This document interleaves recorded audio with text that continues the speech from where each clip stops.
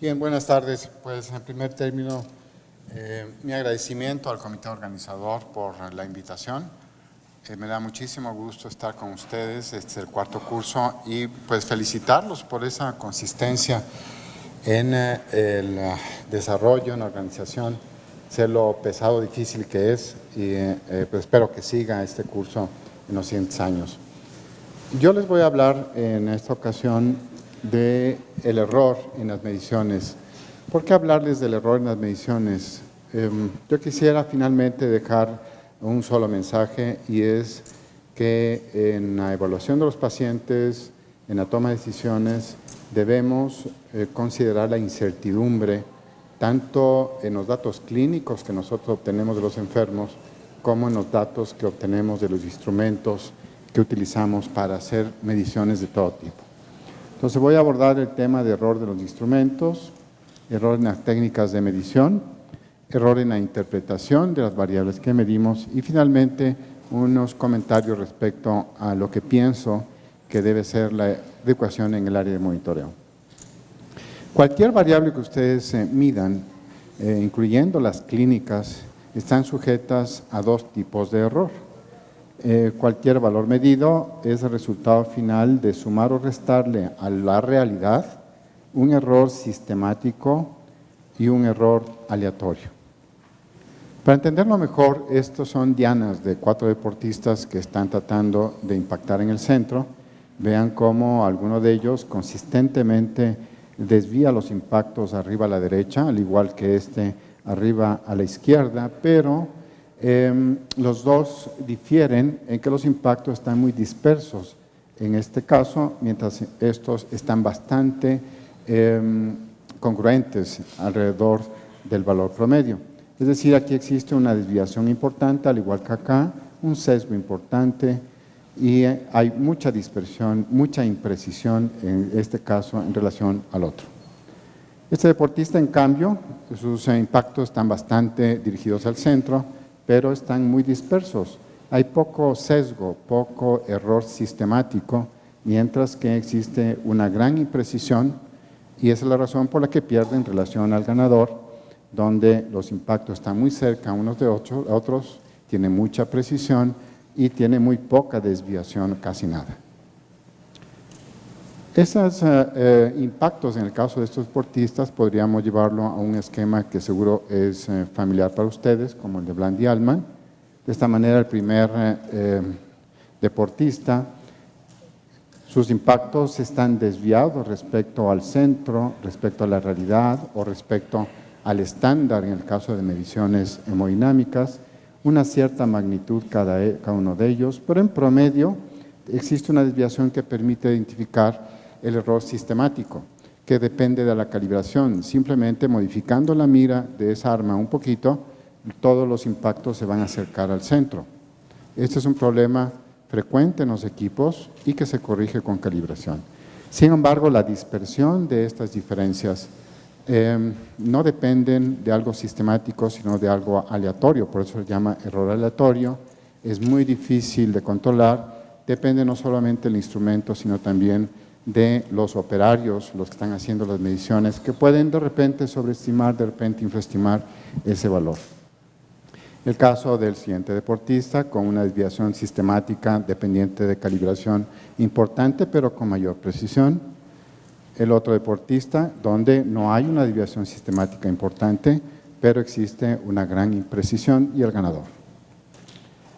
Todo esto se puede llevar a valores desde el punto de vista estadístico. La media de esas distancias respecto al centro, o respecto a la realidad, o respecto al estándar, constituye el valor del sesgo, el sesgo, la desviación sistemática, el error sistemático, lo que es susceptible de calibración, y la dispersión se expresa en desviaciones estándar alrededor de ese valor promedio.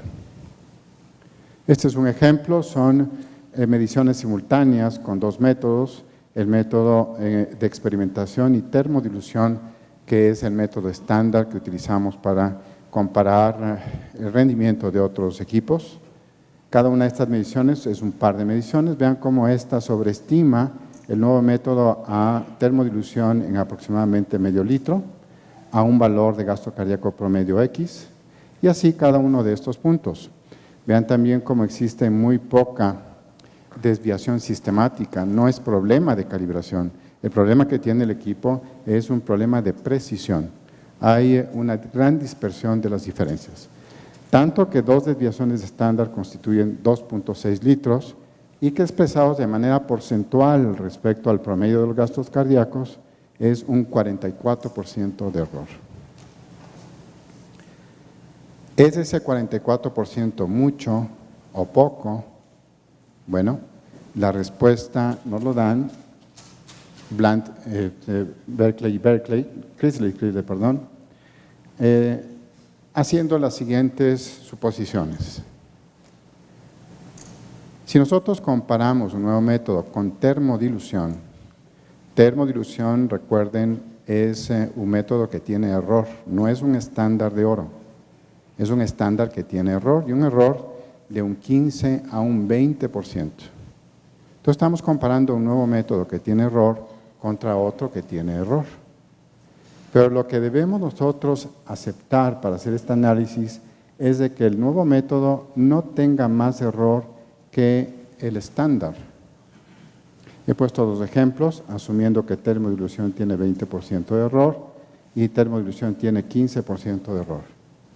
Si no queremos que el nuevo método tenga más de ese valor, con esta simple operación podemos nosotros calcular el máximo error combinado entre métodos cuando se hace una comparación entre ellos.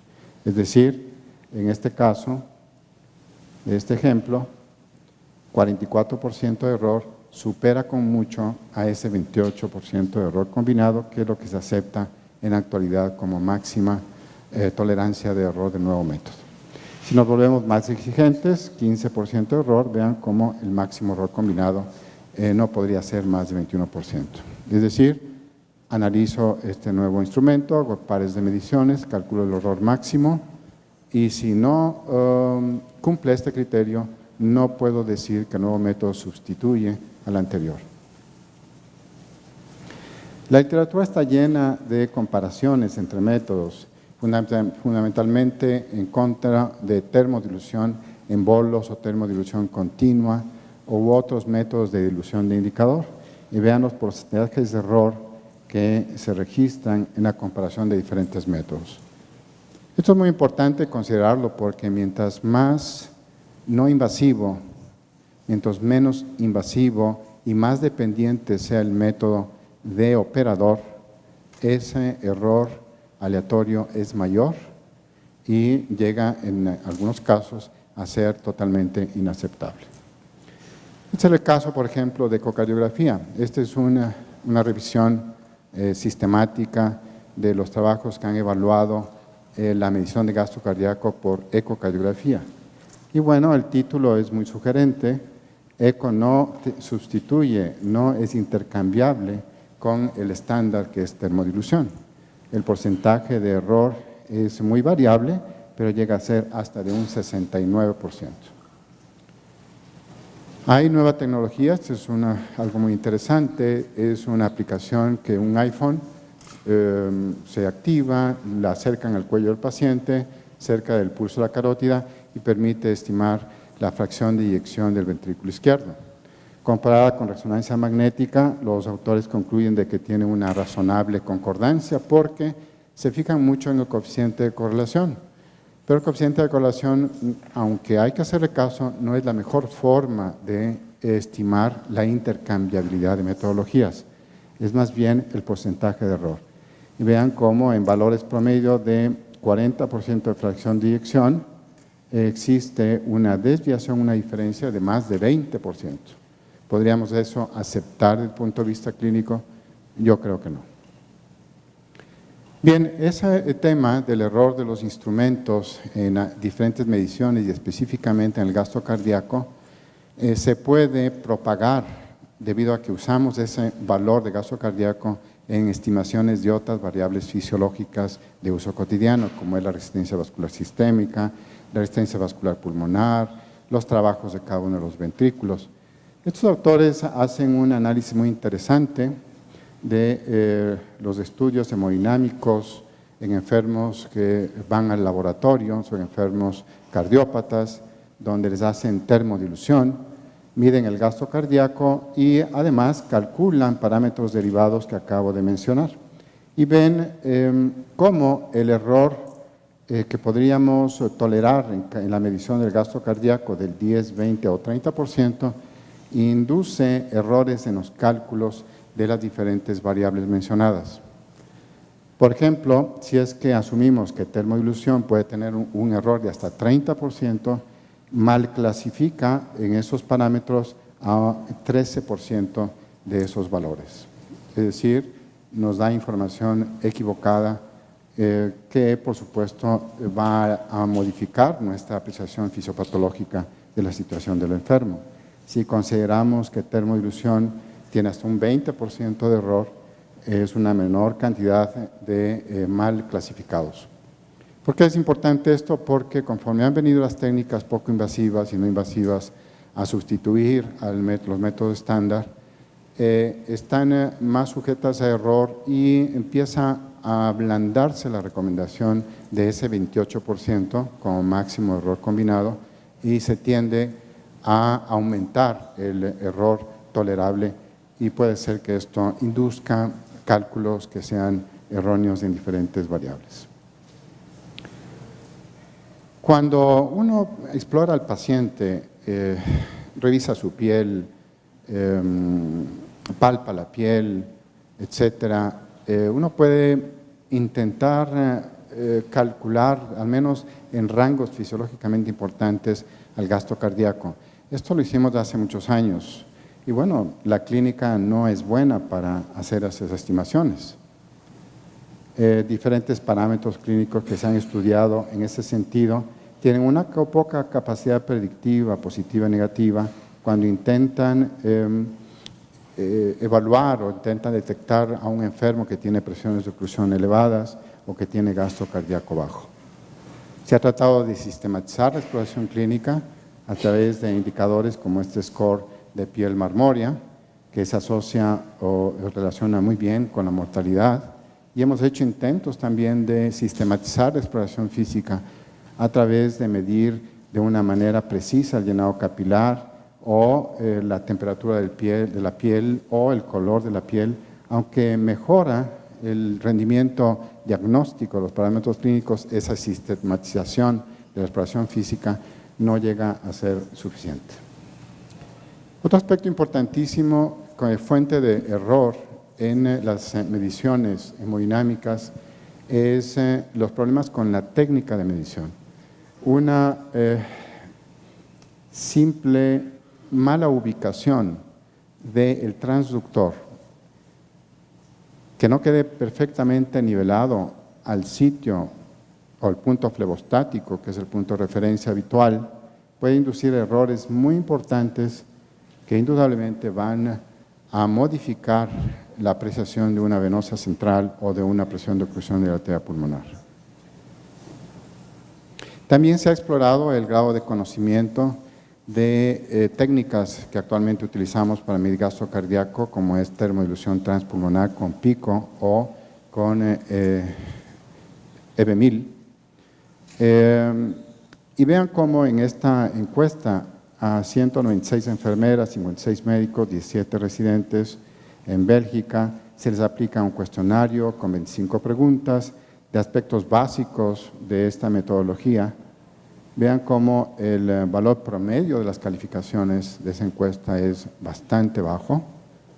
Hay preguntas, por ejemplo, relacionadas con la morfología de la curva de dilución térmica que tienen un buen rendimiento, pero otras preguntas relacionadas con el porcentaje de gasto cardíaco aceptable como desviación o como error, pues tienen un porcentaje de respuestas correctas muy bajo. Otro trabajo también muy interesante, haciendo una grabación de una entrevista a médicos residentes y médicos adscritos de medicina crítica y anestesia. Esto es en Francia.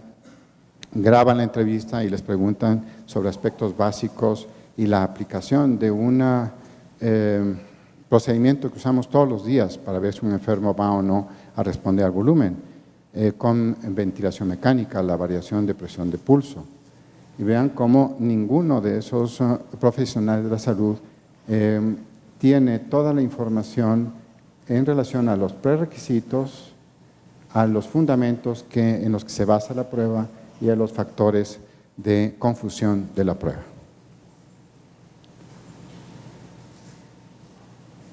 Se nos ocurrió hace algunos años el pedirles a los médicos residentes y adscritos del Hospital Español que entraran a explorar a un paciente desde el punto de vista hemodinámico y que simplemente lo clasificaran en alguno de estos modelos fisiopatológicos, con la pura exploración física, viendo la placa de tórax, por supuesto, y los valores de presión arterial, PVC, etcétera, y vean cómo concordaron apenas en el 25%. Les presentamos los valores hemodinámicos medidos con catéter Swan-Ganz, mejoró un poquito esa concordancia.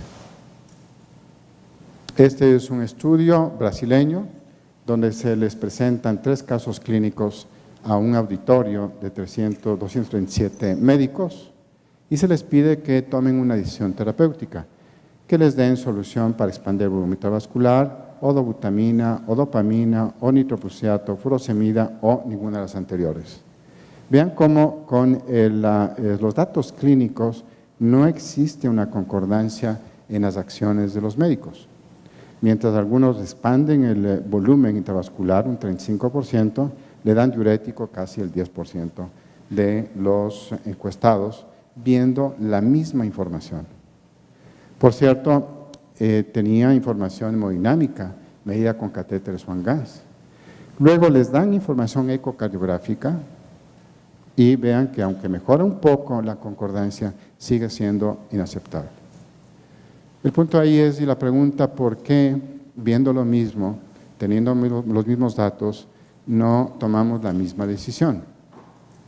Lo que hace entrever, y esto es algo muy intrigante, es de que posiblemente la forma como interpretamos esa información, el mismo dato, es distinta dependiendo de nuestra capacitación y nuestro entrenamiento. Las decisiones desde el punto de vista hemodinámico médico son relativamente simples. Le aumento o le disminuyo el volumen intravascular, le incremento o le disminuye el entropismo, igual la frecuencia cardíaca e igual el tono vascular. No hay más opciones. Sin embargo, para que elijamos una de manera consistente, necesitamos previamente tener un modelo fisiopatológico individualizado del paciente. Pero ¿qué necesitamos para tener ese modelo fisiopatológico individualizado? Independientemente si lo hacen con la clínica nada más, si lo hacen con ecocardiografía, si lo hacen con métodos poco invasivos o no invasivos, lo que necesitamos es tener los fundamentos y las bases desde las puramente teóricas, basadas en la física, en la bioingeniería, en el conocer los equipos, saber sus limitaciones.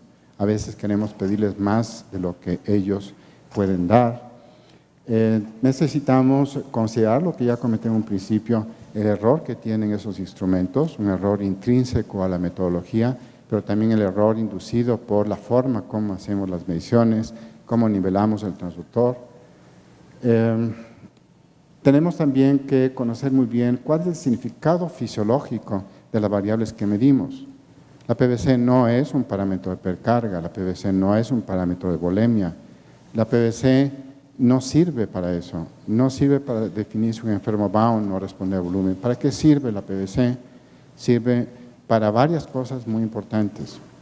Uno es para ver la tolerancia que el enfermo está teniendo a la carga de volumen, el riesgo que hay de congestión, y el otro punto importante es la estimación de la presión de perfusión de órganos vitales. Y que un enfermo tenga 70 de presión arterial media y otro igual, 70 de presión arterial media, pero uno 20 de PVC y el otro 0, no significan lo mismo. La presión de perfusión en el primer caso es mucho menor, 70 menos 20, que el otro 70 menos 0. Entonces hay que darle el significado a esas variables que realmente tienen y las limitaciones que tienen al traducir variables fisiológicas importantes en las tomas de decisiones. Y, por supuesto, conocer qué significa que esas variables cambien, que salgan de los parámetros normales, qué implicaciones diagnósticas y terapéuticas tienen. Si eso lo logramos, construimos un modelo fisiopatológico más cercano a la realidad y tomamos mejor esas pocas decisiones. Y por supuesto, enseñarles, y esto es lo que hacemos en nuestra escuela, en los residentes, a sistematizar las decisiones. Empezar por lo más importante, que es esta relación entre aporte y consumo de oxígeno. El enfermo tiene hipoxia tisular, tiene hipoperfusión, sí, bueno, ¿a qué se debe? Es la saturación arterial, es la hemoglobina, es la P50 que está muy desviada del lado izquierdo. Si no es eso, entonces el gasto, y bueno, ¿y cuáles son los determinantes del gasto? Es la frecuencia lo que está funcionando mal, y tomar decisiones respecto a ese análisis sistematizado de las prioridades, el tono vascular, que sería otra prioridad, del estado de funcionamiento sistólico y diastólico de los ventrículos, y finalmente de este esquema del doctor Marik. En nuestros intentos de reanimar al paciente con volumen, también hay que analizar el riesgo que tiene de generar edema pulmonar. Antes de terminar y llegar a las conclusiones, invitarles a nuestro congreso que se va a llevar a cabo en Puebla en el próximo mes de octubre. Va a haber cursos precongresos, entre ellos el curso de monitoreo hemodinámico, que les invito a que lo tomen. Vienen al congreso el doctor Pinsky, el doctor Tebul, que los conocen muy bien, expertos en el área de monitoreo, y muchos otros médicos que nos acompañan, y por supuesto cerca de 100 profesores nacionales de reconocido prestigio. Concluyo entonces que es muy importante tomar en cuenta la incertidumbre en la que nosotros vivimos con el enfermo crítico. Lo que vemos, el valor que medimos, no es la realidad con frecuencia. Tienen que considerar ese margen de error. Es muy importante tener mucho cuidado con la técnica de monitoreo, la técnica de medición de gasto cardíaco, de presiones, de ecocardiografía. Mientras más dependiente sea del operador, el riesgo de cometer errores es mayor. Y finalmente, el entrenamiento en la forma de interpretar las mediciones y en la forma de incorporar los datos al contexto clínico para integrar un modelo fisiopatológico es muy importante, y eso ayuda a tomar mejores decisiones. Muchas gracias.